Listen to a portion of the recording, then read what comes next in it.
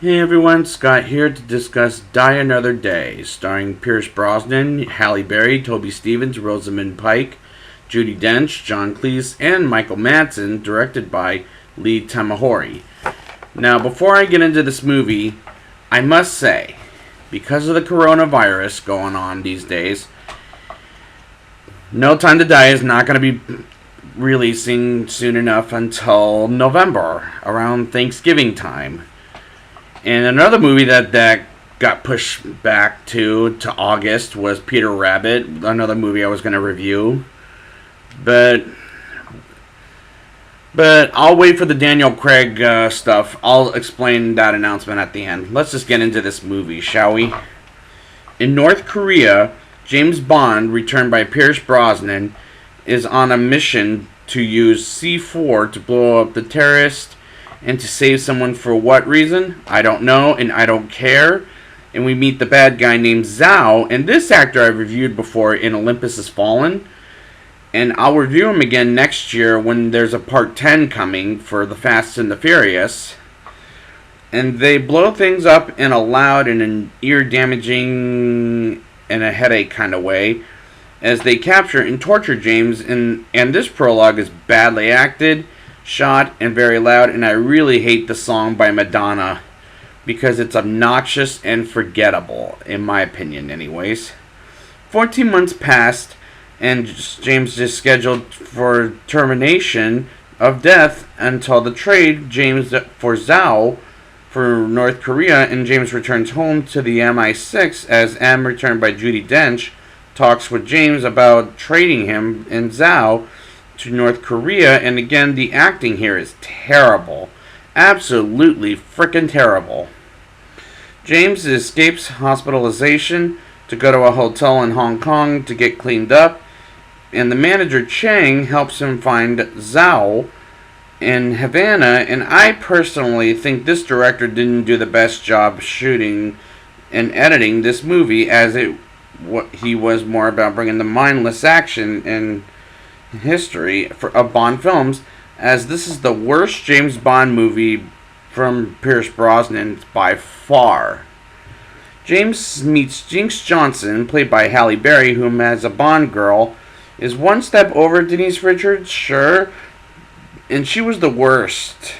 And I like Halle Berry as an actress and a badass, but unfortunately after winning her Oscar for Monsters Ball, she picked up the second worst Bond girl and Catwoman over doing some better movies. Jesus. We move on to Iceland, or something like that, and we meet the creator of some diamonds, Gustav Graves, played by Toby Stephens, and his assistant Miranda Frost, played by Rosamund Pike, as they fight a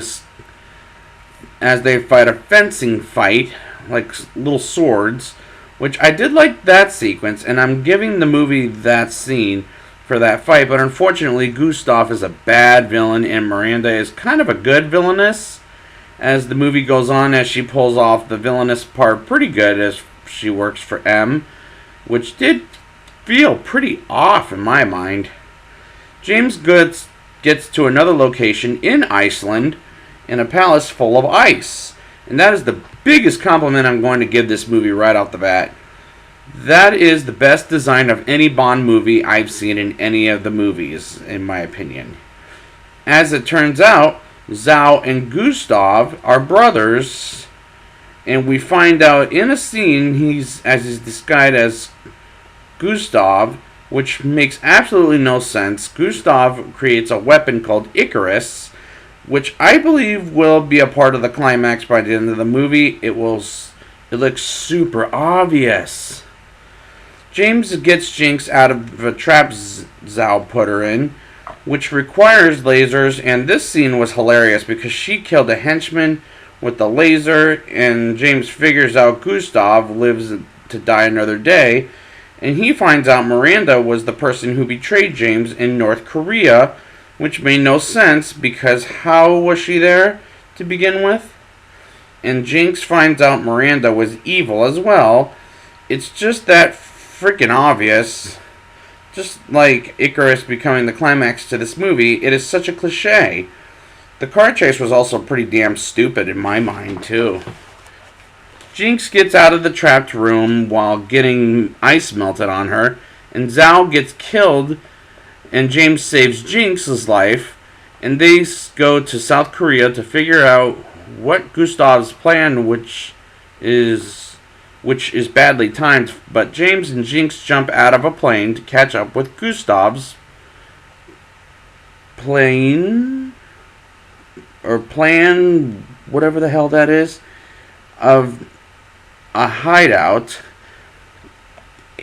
agencies to try to blow up Icarus, but is unsuccessful, and James and Jinx get on the plane and find Gustav and Miranda, and I kept checking how much more of the movie is there as I was checked out. Icarus blows a bit of the world up as Gustav kills his father, and James blows a hole on the plane as Jinx studies the plane, or studies, like, to keep it steady. And Miranda and Jinx begin to fight while James beats Gustav's ass, and Jinx kills Miranda off, and they stop Icarus, and they get out with a helicopter that eventually starts, and they make it out alive. And this climax was endless, and I wanted to turn the movie off at this point. Now it's time for the rating. I'll give this movie a 1.9 out of 10.